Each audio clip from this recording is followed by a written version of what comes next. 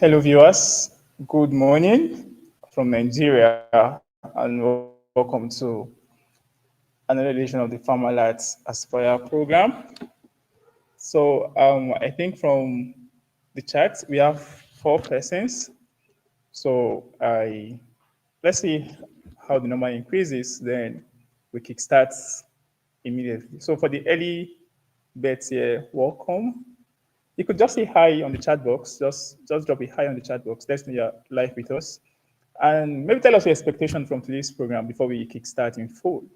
So I think we have 8 persons now online. So you could just drop your comments, tell us your expectations. Just say hi or something, right? Oh, okay. So I can see Akobe Henry. Good morning. Thank you for joining. I can see Bilham. Good morning also. Thank you for joining. You could kindly share the link to others so that you know we are live and we've started already. Hassan Awakar. Good morning, Dr. Hassan. Thank you for that. Thank you very much. Thank you very much. We'll be starting shortly. Adebayo John, good morning, welcome. Andara Joseph, okay, welcome. Matthias, Dr. Matthias, welcome. Dr. Ladan Eliasa, welcome. Andara Joseph, Chioma Ukinedu, welcome and good morning. I can see Adebayo, I can see, okay, okay. Adebayo John, yeah, okay. All right, so Dr. Michelle Dauda, good morning, sir. Welcome. So I think we have 13 persons on the call. I think more persons will join us. We continue, right? So good morning once again and welcome to the Farmer Aspire program. This is proudly sponsored and powered by Farmerlat. So before we kickstart, we want to send our condolences to the CEO of Farmerlat, Dr. John Femi Kayode, who lost his dad yesterday. We continue to pray for the repose of his dad and may his soul rest in perfect peace. Amen. Our thoughts and prayers are with the Farmerlat family. So some years back, Farmerlat started the Aspire program where we connect young veterinarians in training and veterinary students who are upcoming. So they get to learn from hub experts, right? They get to learn from their experiences.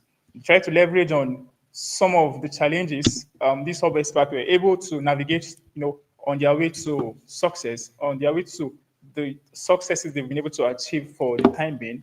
And so we've been having this program for a very long time now.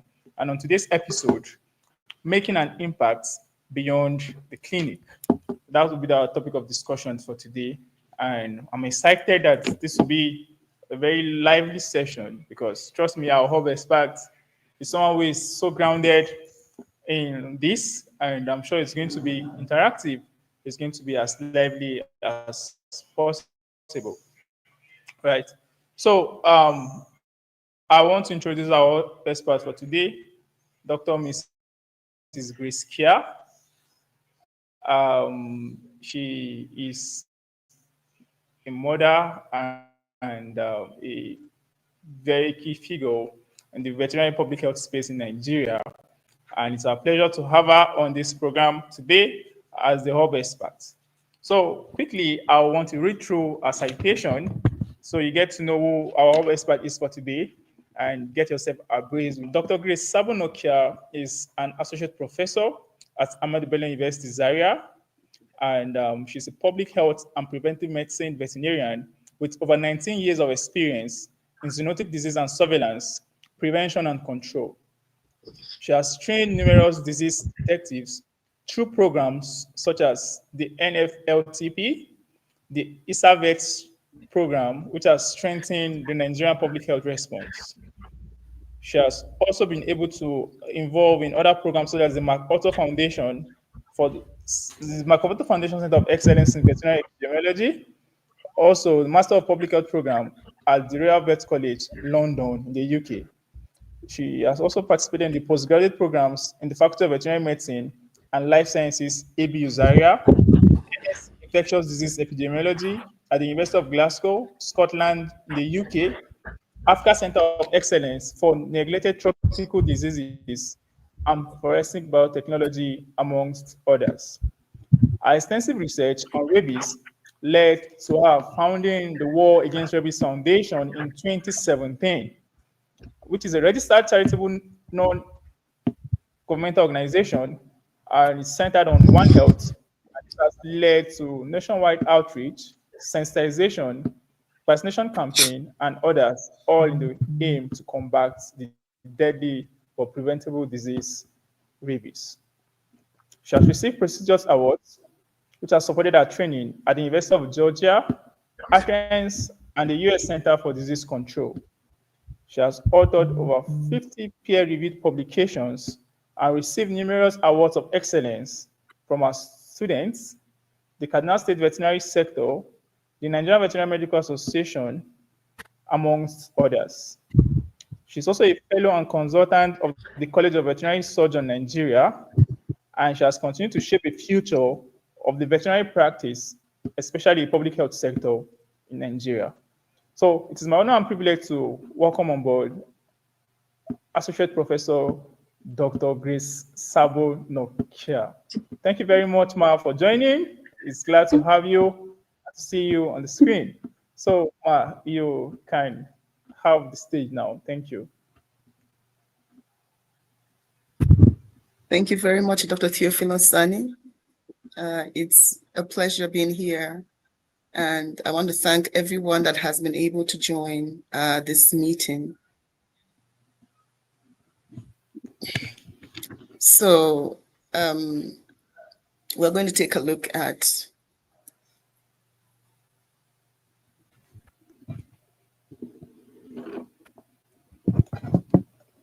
veterinary leadership and advocacy, making impact beyond the clinic.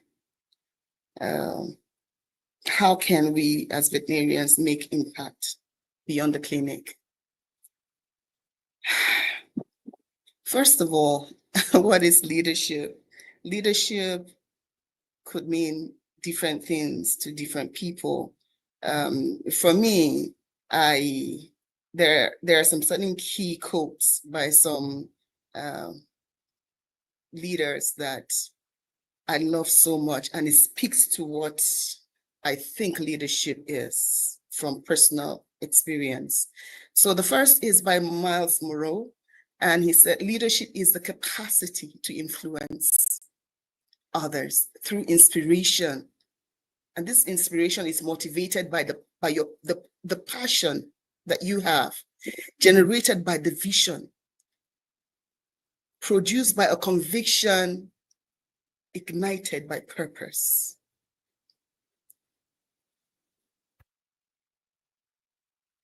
Very powerful, right? Yes, so you need to have a vision. The vision needs to be so real to you, and you will be so convicted by the purpose which you want to achieve. And when you speak to people, they sense that passion, and it influences them to run with your vision. Leadership by Robin Sharma is defined as, or he sees it as not a title. You know, so many people, I hear some people will say they will not answer if you don't call them Professor so, you know.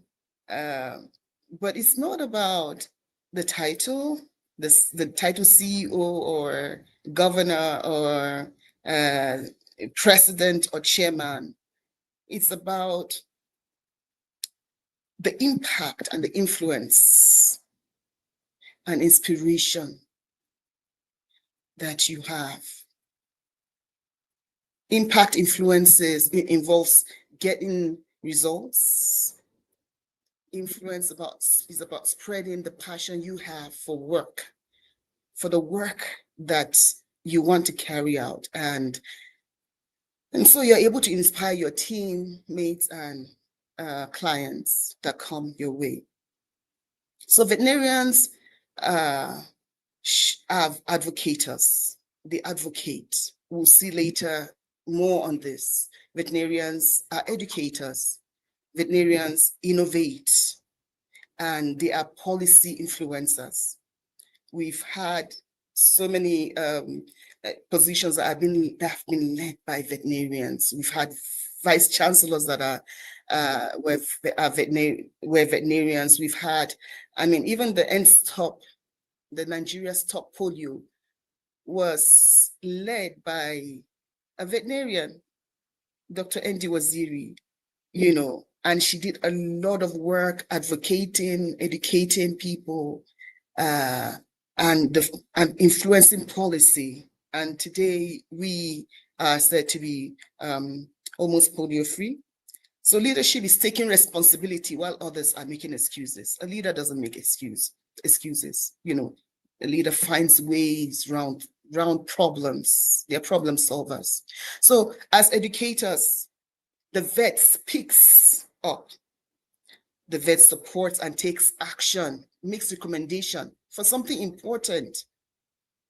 So we use our voice, we use the knowledge that we have and our position as veterinarians to promote animal health, to support public health as well, preventing zoonotic diseases, that are transmitted between animals and humans. And we promote the One Health initiatives where both the humans and the veterinarians, and environmental health experts come together to work in solving health issues. And we influence policy by speaking up for laws and legislations that protect the animals and improve the veterinary care. And we stand up for communities, and that's what we do, especially for animal farmers, animal owners, communities that are underserved, hard to reach areas, who depend so much on animals for their livelihoods, like the Fulani, the nomads, and companionship. So many people are dependent on animals these days for companionship for so many reasons. So we speak up. We don't keep quiet. We speak up for all these categories, and we're educators. So you find veterinarians going to schools to, like the War Against Rabies has been doing since 2017, and many other organizations, to speak up for what they believe and teach people how to prevent this disease or the other, and we talk to our clients, educating them on pet ownership and responsibility, so that we can prevent disease, both to the animals and to the humans, and save communities. We do outreaches to mosques, churches, marketplaces, to teach different categories, classes of people. And also we do education to our students and peer groups. So you find like what happened last year when the veterinary students, did World Rabies Day in the university, and they went from, class to class teaching about rabies, and they organized awareness campaigns to their own peer group. And we have the Community Health Enhancement Aid Project, a club that is is an outreach to communities and also to schools. And the veterinarian innovates. We adopt technology and we use it in so many ways. Diagnostics, we use technology, telemedicine. I had a student that,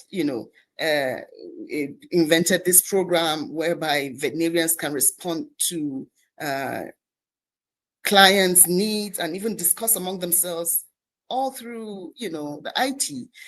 We improve practices. We develop surgical techniques, suture materials that will be very cheap compared to what exists, or, we develop techniques that help our profession, as well as even the human health, because there are so many things that are invented by the veterinarians that are being used today in the human medicine. We do innovative things to improve disease surveillance and entrepreneurship, launching startup pet care, biotech like Pharmalat, a very entrepreneurial, innovative approach to vet medicine. And as policy influencers, I've had opportunity to meet with governors, to meet with senators, to meet with ministers, and to meet with our rural community leaders, to be able to speak with them, advise governments, shape regulations, drive change.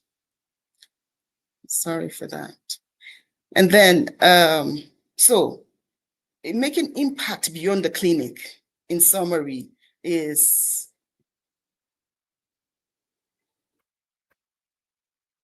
playing our part in the public health sector, policy and advocacy, education, and outreaches to our community, youth mentorship, technology and innovation. So what are the skills that is needed for the future, for now and the future? As leaders and advocates, going beyond the clinic, communication. We need to learn how to communicate. It's one thing to know the big words as veterinarians, the technical terms that we've been taught. And it's another thing to be able to communicate what we know to the common man so that they understand. So we have to work on our communication skills. We have to know who we're speaking to and train ourselves on how best to communicate with them. If we're talking to politicians, of course, we know we need the figures, we need the numbers. Like I tell my students sometimes, I said, look, if you are going to do this project, you have to justify. For example, you have Dangote and he wants to sponsor your work. So how will you defend it before Dangote? It's different defending it to your professors in university and defending before Dangote. Dangote thinks in figures, money, money figure. So he needs to see the numbers, the data. We need to collaborate. I can't say this enough. It is so important that we collaborate, we work with other people, and then we have to think systems. We can't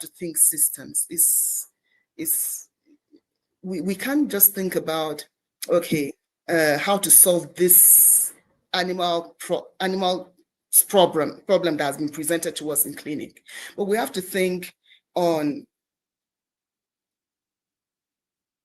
how this problem that we have found in this animal affects the owner, the community, and affects even the human, so that's human health of the people and the environment. We have to think in systems, not an individual animal treatment.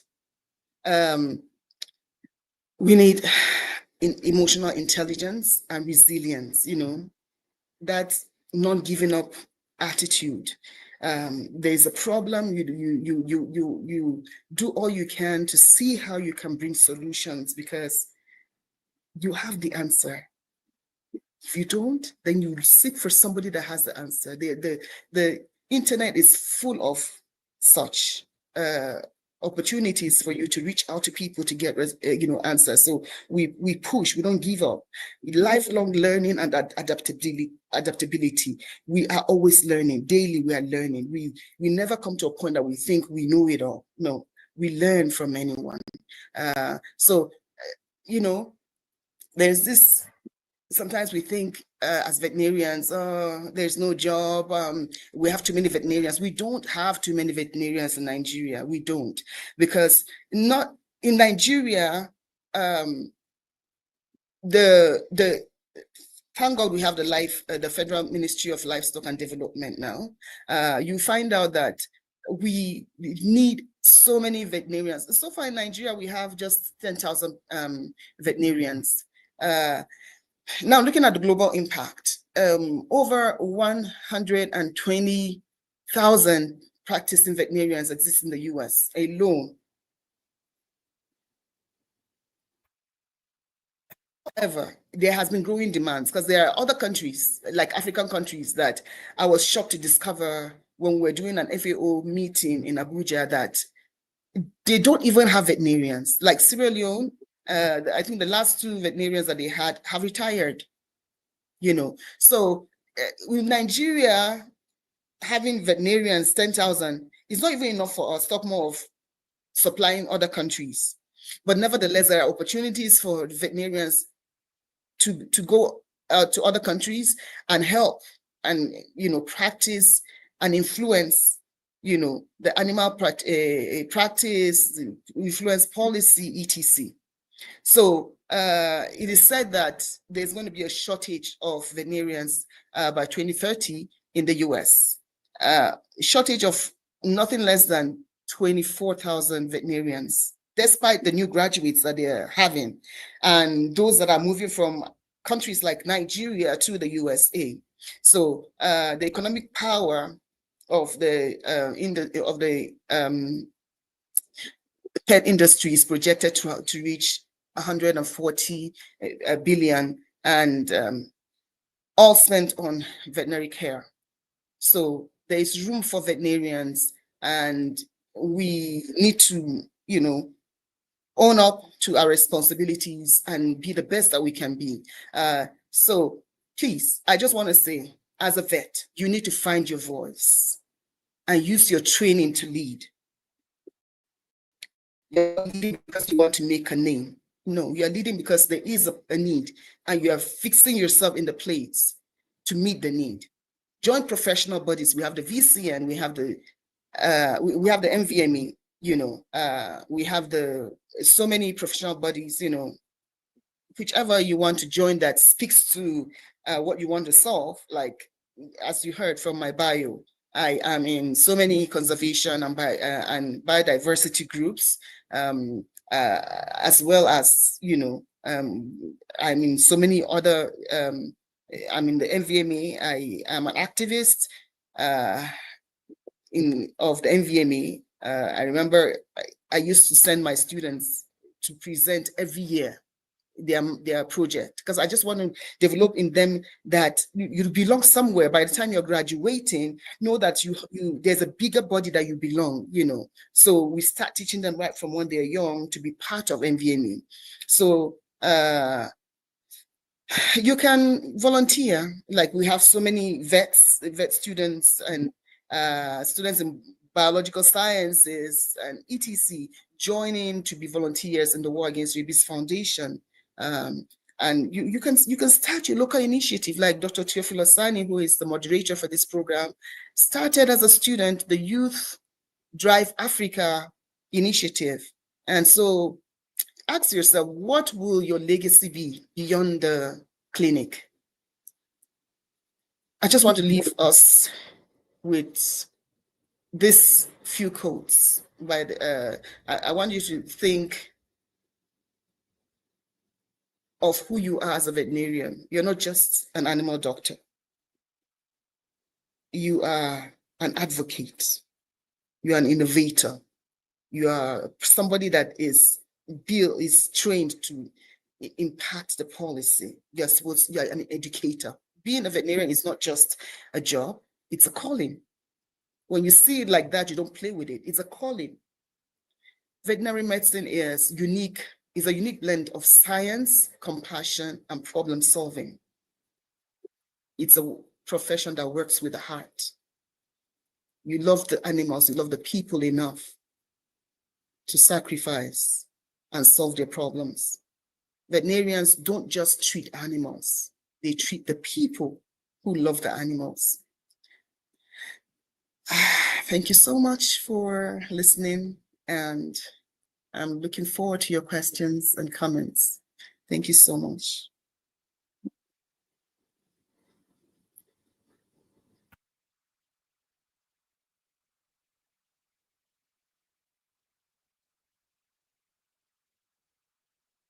Dr. Theo, over.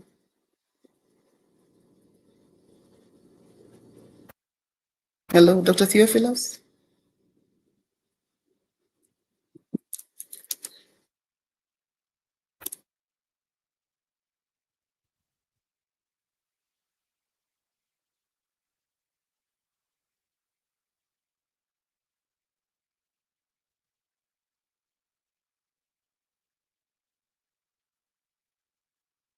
Hello, is there anybody hearing me? Dr. Theophilus, I'm done. It's time for questions.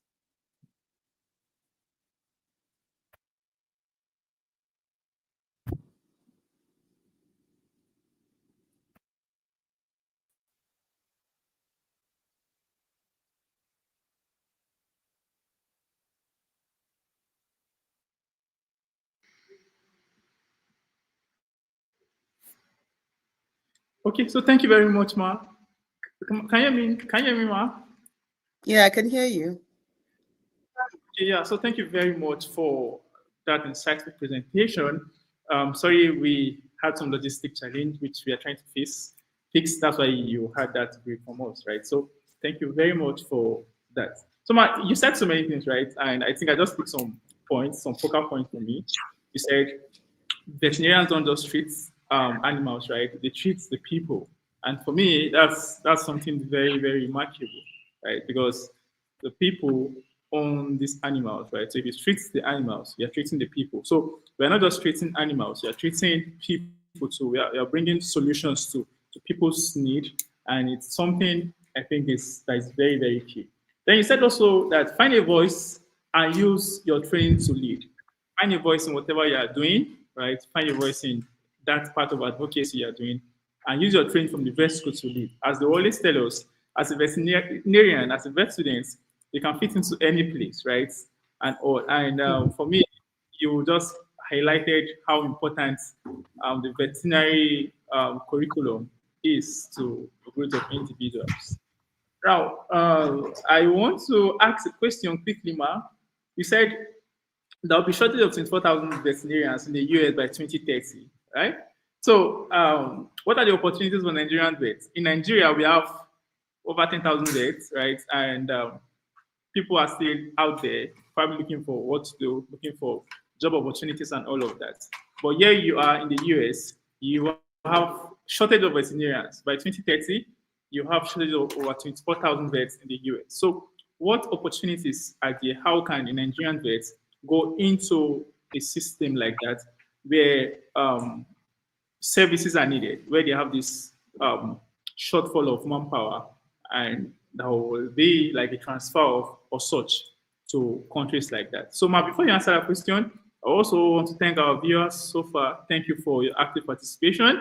You can drop your comments on the chat box, right? You can ask your questions on the chat box. We'll read out your questions. I'm sure our health experts will do justice to your questions. So thank you very much, Ma. You can answer this question, then we continue from there. Thank you, Ma. Thank you very much. So, you made mention as you were asking the question about jobs. There are many veterinarians that do not have jobs, you said, in Nigeria. And Yes, Ma. yeah, so, this question is a sensitive question because some people will say they have done all they could, and the system is not providing the jobs. But the truth of the matter is, as veterinarians, knowing that for a very long time, the government sector has not employed vets, just a handful here and there, a few here and there. We are people that are endowed with the ability to create jobs from our training. So it's about seeing a problem and solving it. When you're solving the needs of the community, in return you get money. Some people, for example, you take a look at a need in a particular community and you confer solution. It might be, for example, let me just use the common one that we know, even though, I mean, that's not all that the vet is, built to do. But when you start small, it has a way of attracting people to know who you are, your worth. So there is this, so you for example, I actually know of somebody that started poultry because she didn't get any job after graduation. So she realized that in her community, they have to go so far to go and get birds, a chicken, for consumption, especially during the festive period. So she decided to go into poultry, and her going into poultry now encouraged, because she was so successful, her neighbors now began to also do poultry, and she became the doctor to the neighbors. So she wasn't only making money from her own poultry, but because she was so good in it, they trusted her veterinary certificate enough to call her to be their personal, their poultry farm doctor. So never despise the little beginning, because you can never tell where it takes you. And the truth is, if we are here in the country, Nigeria, a beautiful country that I love so much, and all we do is sit down, complain, there are no jobs, blah, blah, blah, and we don't take the initiative to start something. And we want to just get out of the country to go and get a job abroad. They want to know, what have you been doing since you graduated? In fact, what were you doing as a student? They're interested in how you've used your years in the vet school to be impactful. It could be that you were part of an initiative and you gave your best in it, and when they see, the progress in your life matters. And so when there is opportunity, you get it abroad. I have one of my acquaintance, veterinarian, beautiful young lady who got the Canadian visa last year, and she's from a not so rich family, so they didn't have anything they didn't have the money to fund anything that she wanted to do. But she applied herself to volunteerism. She volunteered in different organizations that she found, and so that spoke for her when she was applying for the Canadian visa to go and work in Canada. And so let's maximize our now. Every time counts. Let's maximize the opportunities that we have today to build opportunities for our tomorrow. Thank you. Thank you very much. I hope I answered that question. Yeah, you did. Let's maximize our now. Very, very important. Very, very important. In the moment, and also hoping for the best in the future. Maximizing. That's right. That's right. Thank you very much. Thank you very much, Ma. So, thank you. Someone said better natural entrepreneurs. Yeah, I think vet school will put that entrepreneurial skill in you by default. It's only for you to just develop it and make the best out of it, right? So my next question will be this.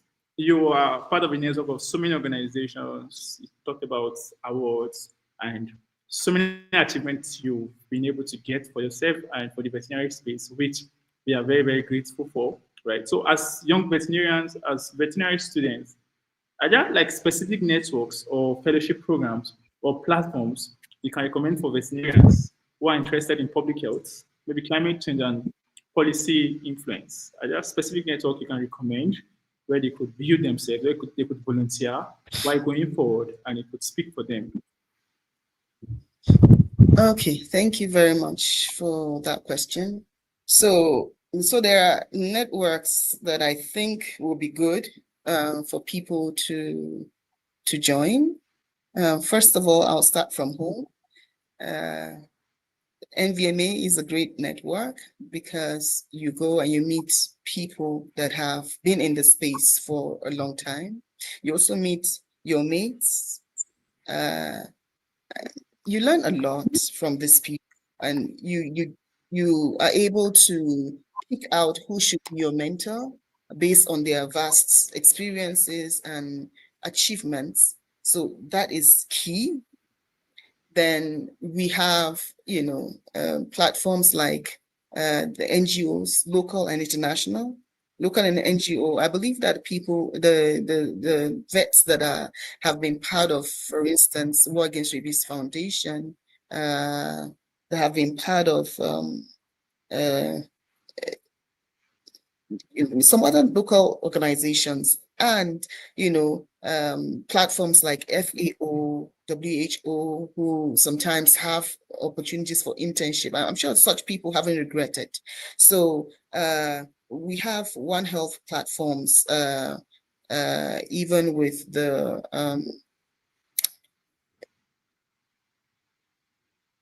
affiliates. They actually are the ones that will I say coordinate the Nigerian Field Epidemiology Laboratory Training Program. However, it has been shifted now to the NCDC, but still, I think they still have a hand in it. We have the US CDC, we have Africa CDC, we have, there are just so many. The most important thing is to use your internet, for this. Look for opportunities on the internet. This era that we're in is such a blessed era for veterinarians, both young and old. You have no reason to say you don't know this exists or that exists. If you get on the internet, you find, if you're looking for something, you find it. So look for platforms that are actively engaging what veterinarians. You see, there are some that have existed, but now maybe because of the Trump's new policies, they are no more existing. So you look out for new ones, because I know, like the FAO internship, because of funds, deficiency in funds, they are not able to take up interns. We have even the affiliate is also affected, and WHO is seriously affected. So these were organizations that had opportunities for young veterinarians to pick up internship of some sort of volunteerism and volunteer work. But even though these ones, the famous ones, are not able to, look for local ones. Pharmalat could also have, I like Theo is an intern of Pharmalat. Many other organizations. There's a One Health development initiative that is run by a very a nice friend of mine, and she's a human medic, but I know that she has been interested. She collaborates with veterinarians. You could just reach out, and you learn a lot. Because she has worked with she has been a consultant to the WHO, so you learn a lot. So please use your internet and search until you find what you're looking for. Ask people. Always look. So when you see an opportunity, always check the eligibility, so you don't waste time applying for something. At the end of the day, you're not eligible for it. Don't waste time for things that are not you're not eligible for. So please always check the eligibility criteria and go to frequently asked questions. Frequently asked questions will give you hints to what they do, the professions they do take, and some conditions attached to it. So I think, yeah, that's what I can say about that. Thank you very much, Ma. Dr. Michelle Dauda asked a question related to this about mentorship and mentors and mentees in the veterinary space, and I think you've been able to talk through, but I don't know if you want to add your voice to that, how to find mentors and how to leverage on, that program or that platform? Yeah, thank you very much. It's so important. I like that question. I thank you, Michelle, for that question, because some vets think maybe because they are high scorers in vet school, they don't need mentors, but you do need mentors, and you have to be very careful in your selection of mentors, because what your mentor feels towards you matters. It determines whether they will give you their best or not. And so also don't be too moved with the fact that this person is too busy. I wish he can be my mentor, but he's too busy or she's too busy. She will not even respond to me. Don't conclude before you try. I always tell myself, what's the worst thing that can happen if I ask this person to be my mentor? The worst thing is that they will say, sorry, I cannot, or I don't have the time. Please look for somebody else. And so what does it take from me? Shame. Who cares? The most important thing, I'm after something, and I'm after getting it. So I can take the shame, the temporary shame. The most important thing is that at the end of the day, I'll come out, on top, because I'll get a mentor and I'll improve myself. So please don't be shy. Don't be afraid of shame or disgrace. I remember one of my professors used to say, Grace, please don't disgrace us. Don't turn to disgrace. Don't turn to disgrace. Yeah. So, but you just remember that failure is not, as it is the quote goes, a very common quote. Failure is not final. You get to learn when you don't make it, when you don't get that mentor. You learn something that helps you to approach somebody else. And there are so many people. Believe me, there are so many people that are ready to mentor the young people, the young veterinarians. So it's just about you locating the ones that have the passion, the ones that can sacrifice the time, because the truth is, the higher you go, the more busy you get, because you have so many people, so many vets and non-vets that reach out to you and need you to support, to encourage, to mentor, and I tell my mentees, I say, look, when you write me, don't write once. If I don't respond, keep writing until I respond. I say, if you don't make yourself a priority to me, if you don't make yourself become a priority to me by disturbing me, it could be a call, it could be calls. If I don't pick the calls, you send WhatsApp, you send texts. At the end, I will, even though I'm busy, I will make you a priority, because we are so busy. Don't take that first quiet silence as oh, the person is not interested. Look, I love my students. I love veterinarians. I love humanity. I love the people that God has created so much that I would not want to ignore you. So if I am not responding, please just know that if you keep pushing, at the end of the day, I might see it, because maybe so many other WhatsApps have come and pushed your own down. I don't think I have too much problem with my own mentees, because they try to they understand me, and so they keep doing all they can, and at the end of the day, we're able to to move forward. So please, mentees, don't give up easily. Don't give up. Don't think that somebody is too big for you. Me, look, there is this great scientist that I reached out to. He didn't respond to me. I now rephrased my email and changed the topic. Topics of emails matter. Resend the email. I resend again. I will not let go until you listen to me. If I am after you to be my mentor or support, I will not let go until you yourself tell me that, Grace, there's no room. I will not let go. So don't be resilient. Don't give up easily. And when you get the opportunity to have a mentor, please try and know their rules, how they work, and follow them.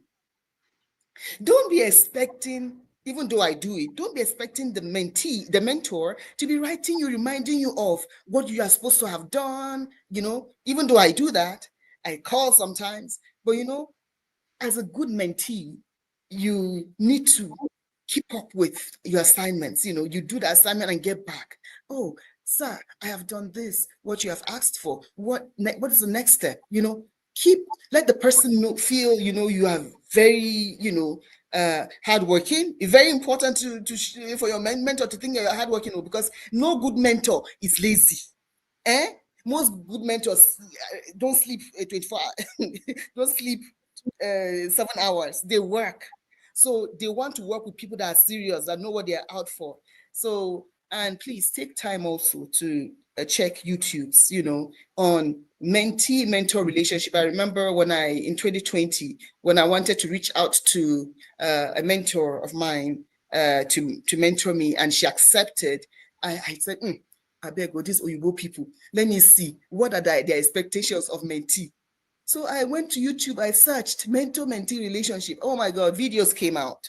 And I listened, I watched, I listened. And it has really helped me on how to relate to my mentor. So don't think you know everything. Please check the internet, ask people, and learn. We're always learning every day. Thank you very much for that question. Thank you very much for your very good reply. I'm sure in addition to that, you said other things which were very much related. Thank you very, very much, ma. So having a mentor-mentee relationship, ma, will you advise, what's your take on having more than one mentor? Like, are you supposed to have mentors in different fields? Okay, so probably you're a public health person, and you also have maybe little um, passion for maybe other parts of life. So maybe leadership, maybe small animal practice, large animal practice, and all. So are you supposed to have like a single mentor that covers all of this space, or you have specific mentors for those areas? What's your take on that, Mark? Rules to number of mentors that you should have. For me, it depends on what you are working on and who can offer you mentorship in that area. For example, if I'm working on, if I'm doing a particular project on One Health, and there is somebody that has published so much in that area of One Health,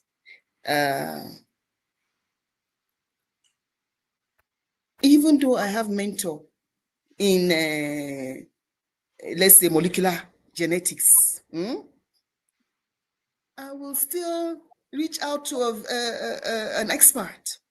And remember, they don't have to be vets. My mentors are not even vets, because of the kind of work I do.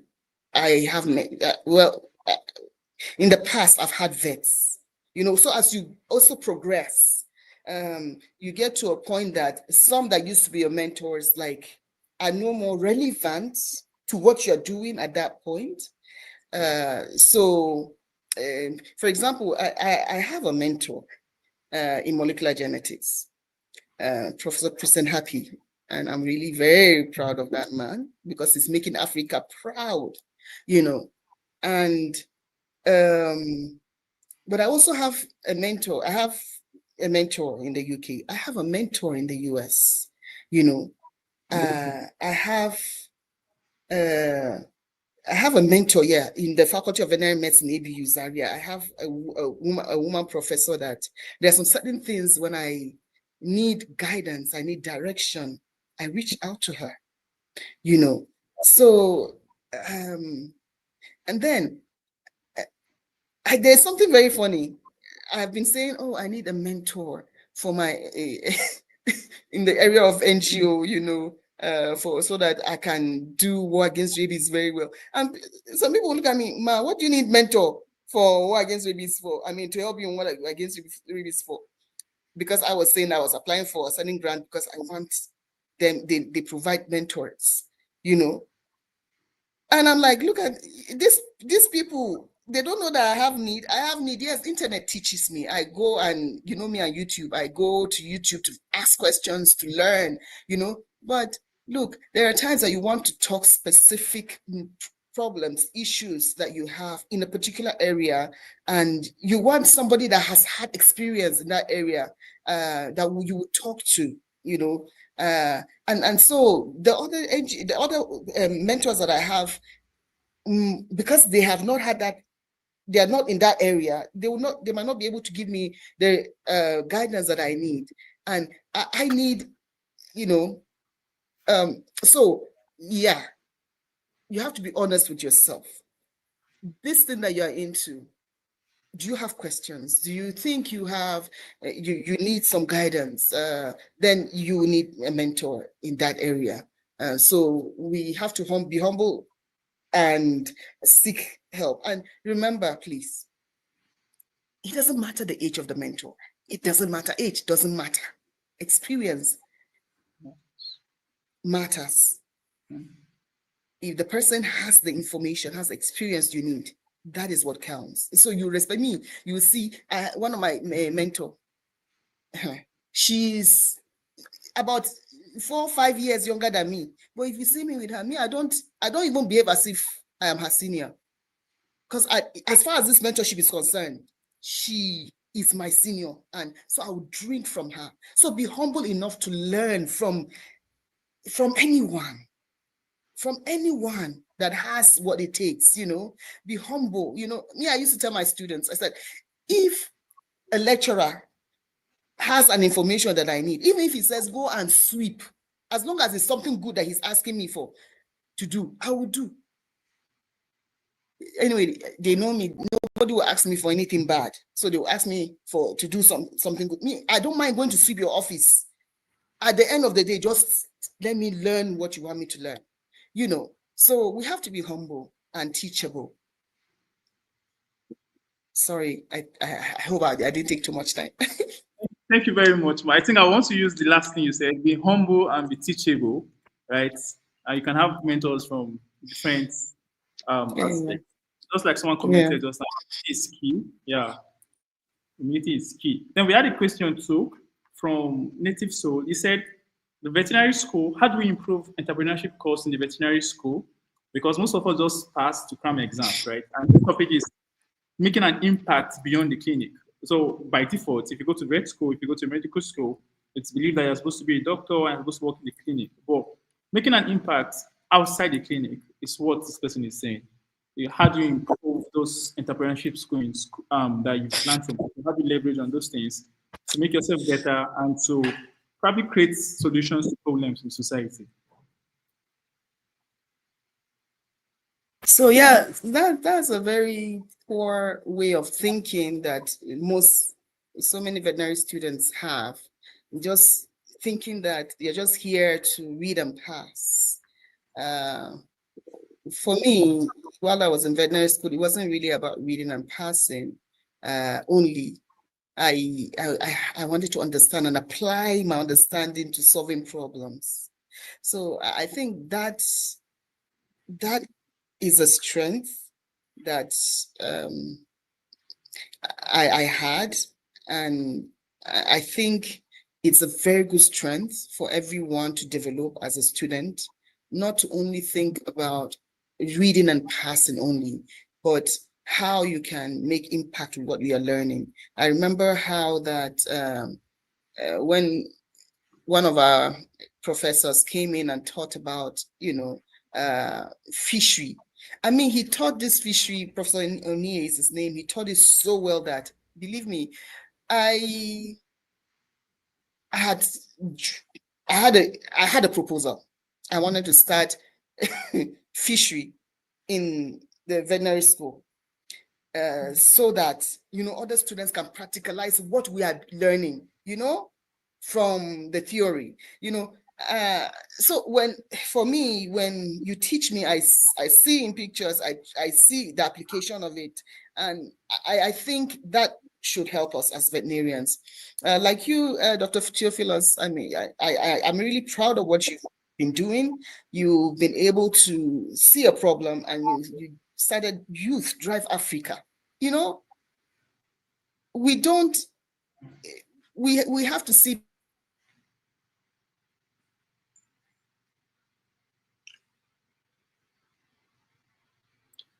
Okay, so I think our network is kind of seizing. Can everyone hear me? Let me know it from my end. Can anyone hear me? You can just drop your comment on the chat box. Can anyone hear me, please? Hello, can anyone hear me?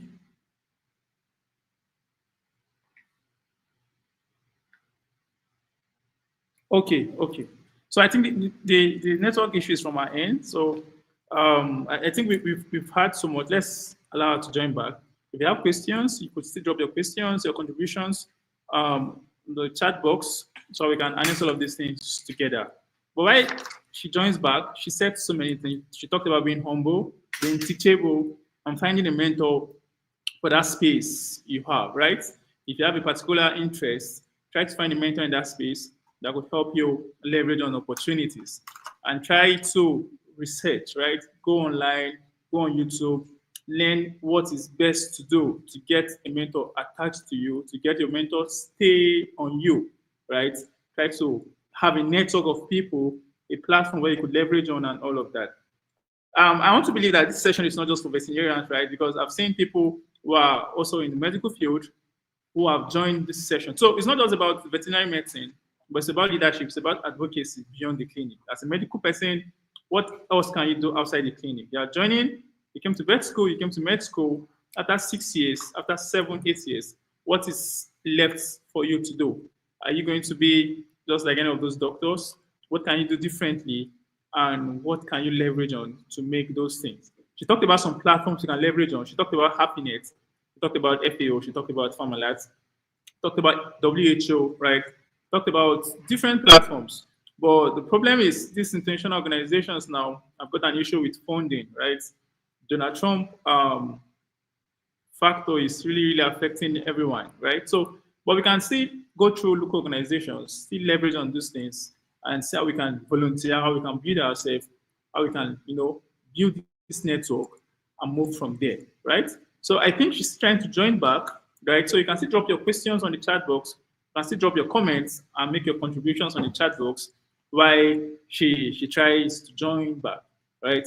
So the next question I was going to ask her before the network thing is, in the next 5 years, right, what kind of impact will she want to see the young vets make beyond the clinic? So I'm sure this is something that will resonate with most of us, right? You've seen people go before you in the last 5 years, in the last 3 years, and you're like, oh, wow, what is really happening, right? They've spent 6, 8 years in vet school, and they're out of vet school, and really nothing can really be shown that this is what they've been able to pass through. And there's always this confidence now, or there's this expectation now that comes from the public. They're already done with vet school, you're called a doctor. Recently, I was speaking with a friend of mine, and he said he went to church, right? And after church, the church members were asking him, please, when are you going home? He was like, okay, but probably in the next 30 minutes. And you're like, okay, let's know so that we can join your car when going back. And this is just the recent graduate of like 2 years. He was just laughing that, oh no, he doesn't have a car yet. And everyone was like, oh, you should have a car, you're a doctor, right? So there's this expectation that comes from the society with that title being a doctor. So we need to keep to these expectations too, right? The expectations are much, but we need to keep to them. But we can't kill ourselves, right? It's a gradual process. She talked about having to believe in your days of little beginning, right? Believe that there is a better future out there. Do the best you can at this point in time while you keep leveraging for other opportunities to come and see how much more you can grow from there, right? So please, still drop your questions. I really don't know why it's taking time for her to join back. I think there's still a network problem. Yes. So on the chat box, just tell us what you've gotten. Just know what impact this session has been able to make on you. Just share your insights on the chat box so that we can be sure this session is being productive and is being fruitful. So drop your comments, drop your chat, and let's move on from there.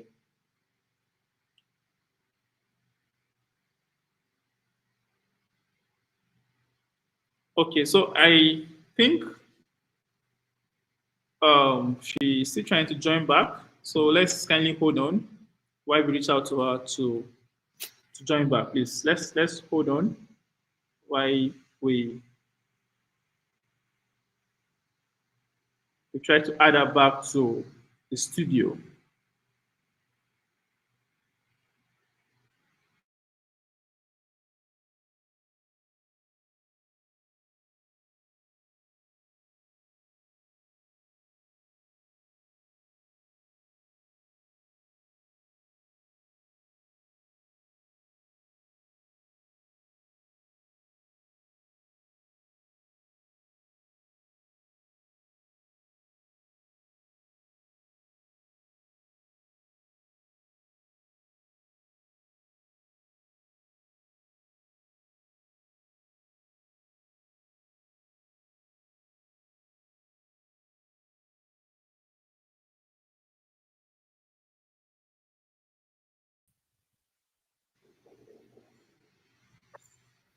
Hello, Ma. Welcome back. Sorry for that. I think you had a network issue, right? Yes, my Okay. network This is nice. ceased. So I Nice. had This to is change to Airtel. I'm so okay, sorry. Ma. No problem, Ma. So welcome back. So we were discussing, right, that in the next 5 years, what kind of impact will you want to see young veterinary professionals or medical professionals make beyond the clinic in the next 5 years, based on your projection, based on your expectation? Uh, all right. So um, in the next 5 years, I would love to see the young veterinarians leading change beyond the clinic, shaping policies, driving One Health initiatives, and advocating for public health and food safety. To make a lasting impact, though, we must remain teachable, like I said earlier, and seek mentorship and learn from those who have walked the path before us. Because growth starts with humility and guidance. So I look forward to the young veterinarians working translating findings from the clinic, from research, to shape policies and drive One Health initiatives and advocate for public health and food safety. That's what I look forward to. Okay. Thank you. Thank you very much, Ma. I think there's a comment on the chat box. Emmanuel Moro is saying, I wish one day we'll talk about marketing strategies and animals product processing and available opportunities. Okay, so for this, I think I can answer this, right? So I think Farmalize is already doing something like that, right? Farmalize is already marketing or distributing animal products in Nigeria and in Africa, right? Farmalize is in Liberia now. They're still trying to reach out to other African countries too. So Farmalize is already doing something in that aspect. And for the processing of product, right? Probably that's something we can also still look into, come up with innovative ideas on how we can bring modern ways of processing animal products now to meet up with the market in Africa and the world at large.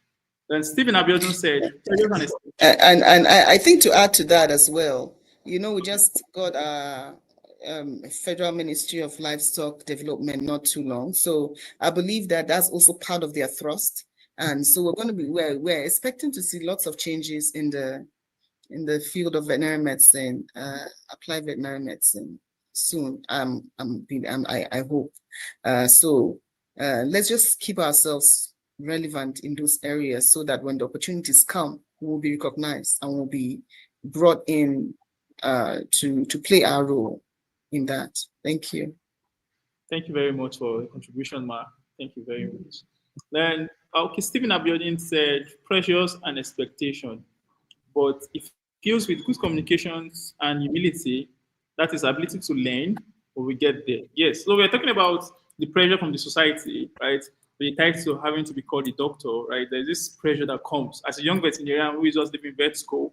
The society feels you have a title to your name, so you could meet up to some expectations as such. So I think that was part of the discussion we were having when your network was off. So you just commenting in respect to that, ma.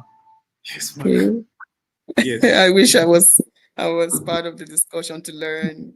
No, I know really, yeah, the the expectations are expectations more. are Yeah, very high.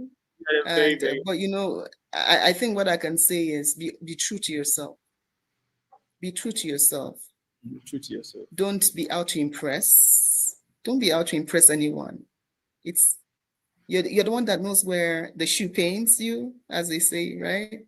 And like these days, so many people go on Facebook and social media and post things just to show that something is happening in their life. You don't have to. You don't have to. Just be real. Look for what is relevant for you to post. You can be somebody that posts things on what you are doing to solve problems. It doesn't have to be showing yourself doing this, or it could be you in a conference or an innovative thing you're doing, because it's so important what you post in your social media. I'm sorry, I'm bringing this in because it's so important what you post on social media, because I'm telling you, some employers, some fellowship recruiters go to social media to check who you are. I remember we were trying to select some people that would come for a fellowship, and I was part of this. They came to me, and the person said, the CEO said, "Look, Grace, do you know what helps me in selecting these people? I go to their social media pages. I check them out. If the person, all they are doing is showing, all these your selfie pictures, guy, I'm not interested.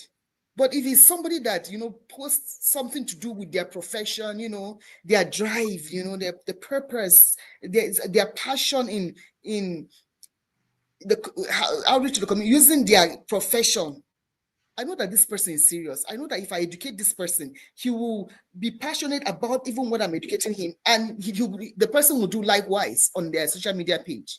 So please, it's not an era of using social media to impress or suppress or anybody or press anybody. It's your life. You have to be true to yourself.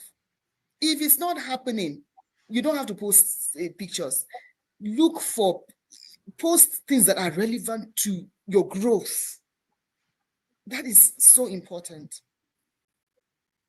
You go to a workshop, you're doing something, please post those pictures. Then people need to know that.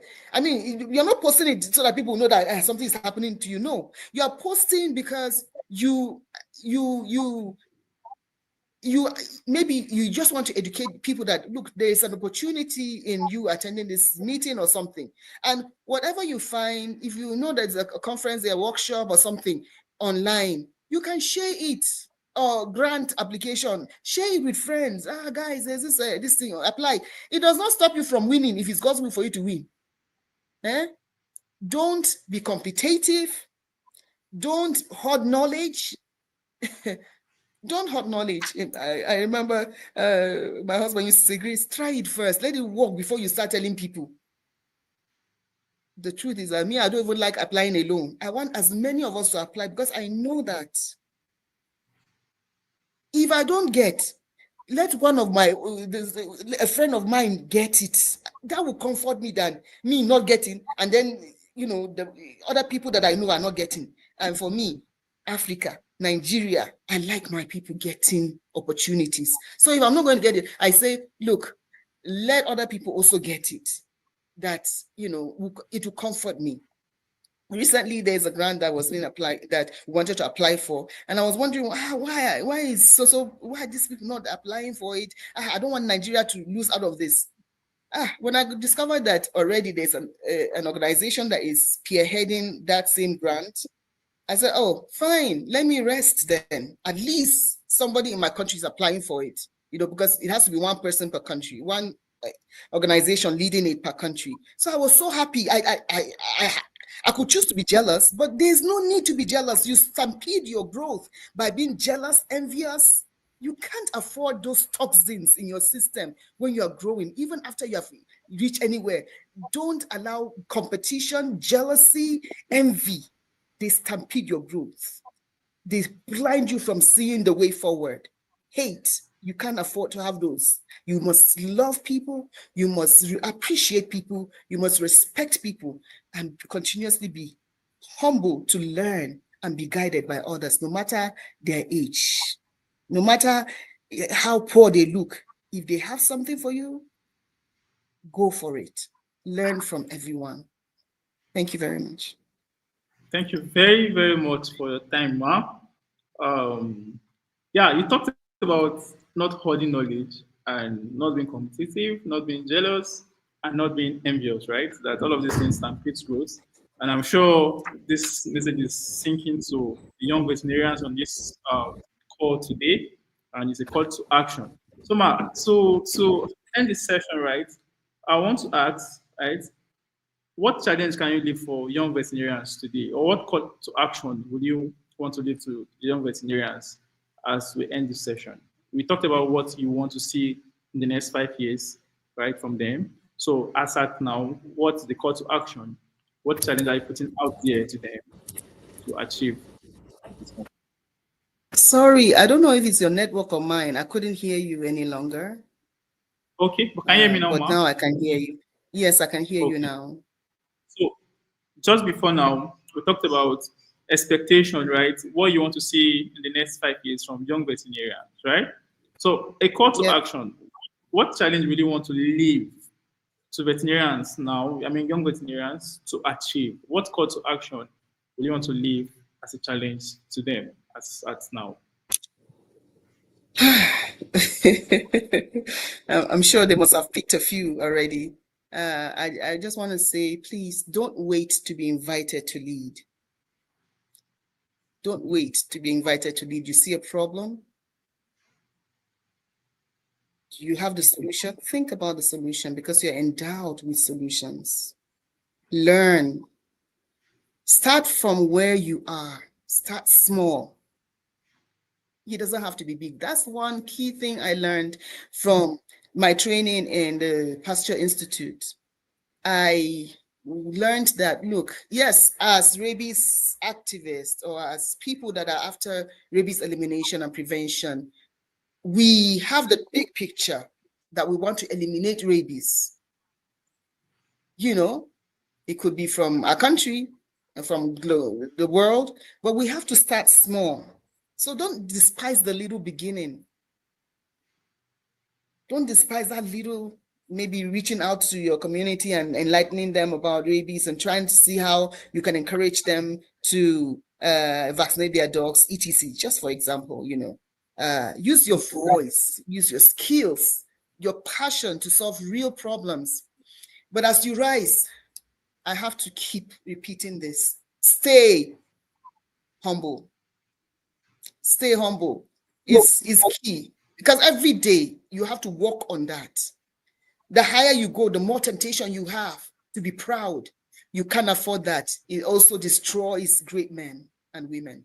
Respect everyone you come across. Never despise. Never despise. Like I always teach my students. You see these people that are sweeping the corridors, sweeping your office, the offices. When you are passing them, greet them. Respect everyone. Seek mentors, ask questions, learn from those who have gone ahead of you, irrespective of their age. Remember, don't compare your journey to anyone else's. You are unique. You are unique, very unique, and very special. Focus not on impressing anyone through social media or whatever, because of the temptations of this generation. I think they call the generation, is it Gen Z or Gen X? But please concentrate on solving problems that truly impact humanity. And that's actually what brings out your greatness. I wasn't launching a war against rabies. I wasn't getting involved in all these things that you have heard to so that people would think I'm great. No, I was just passionate about solving problems. I'm also passionate about presenting my profession well in public, because how you present your profession is the way people will see it and relate to you as a veterinarian. So please, let's be problem solvers and impact humanity, impact policies, impact our communities. Thank you very much. I think that's all I can say about this for now. Thank you very, very much.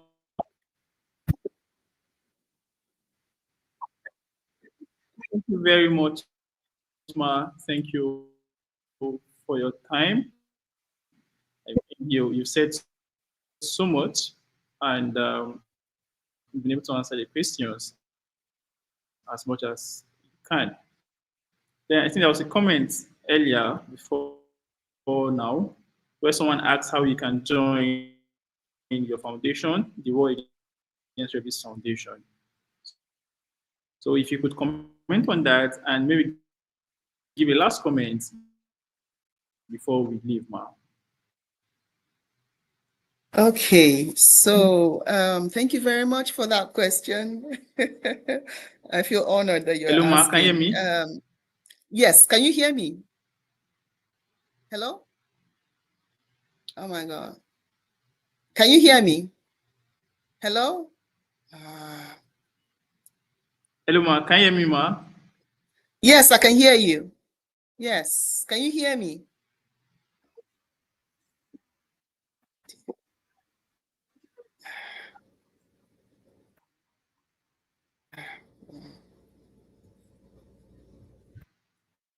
Hello, Dr. Theophilus, can you hear me? I can. We can. Oh, pray, thank God. I can hear you, Ma. Okay, great. So I want to Yes, Ma, I thank the can hear person you. that asked that question. Yes, Okay, we can so hear thank you you. very We much can hear you. Okay, so thank you very much, the person for that question. Okay, Ma. I can hear you. You can go ahead. Okay, thank you. So some time back we sent out advert for people that wanted to join, and many people responded, and we did interviews for them. So if you want to join, you can Yes, Ma, write we can a hear you. request. Go ahead, Ma. We can hear you. Okay, so write a request for to be part of the War Against Rabies Foundation. You can reach out to me, or you can reach out to Dr. Theophilus, and he will get in touch with us so that we can provide information for you to join. Thank you very much for the desire to be part of what we're doing for our country, for the world, in our attempt to eliminate rabies that is transmitted through dogs to humans and other animals. Thank you very much.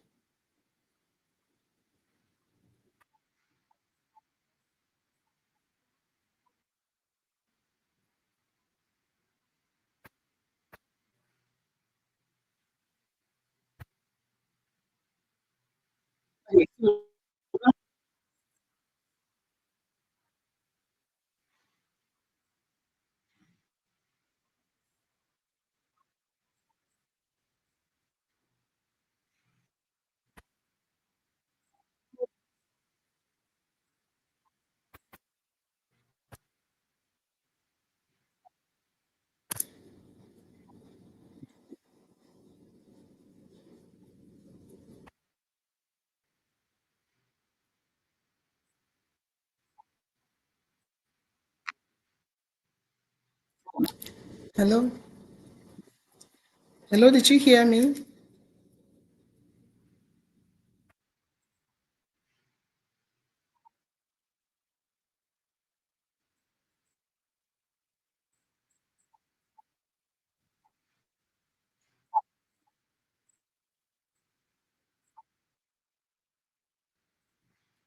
Thank you very much, Ma, for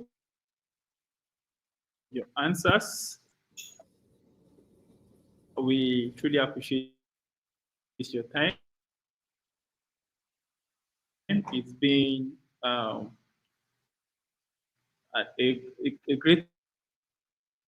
grateful experience, right? It's been a very good insight for the past 1 hour. Having to hear from you, your experiences while in vet school, now as a doctor, as an expert in the public health space, and especially in the field of rabies. Thank you for everything you do for the veterinary profession of the public health space. We truly appreciate you and want you to keep knowing that you're an inspiration to many young veterinarians and keep doing what you are doing. Keep the flag flying, ma. So thank you very much for your passion towards the growth of young individuals and all of that. So thank you very much. And so to conclude, I want to say that the Aspire program, just like I said earlier, is, yes, ma. Can you hear me, ma?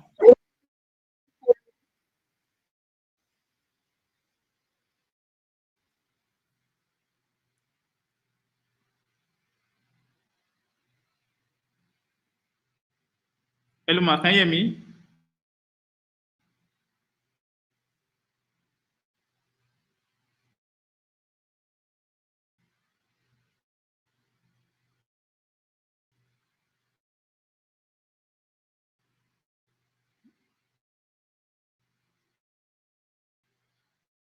Okay.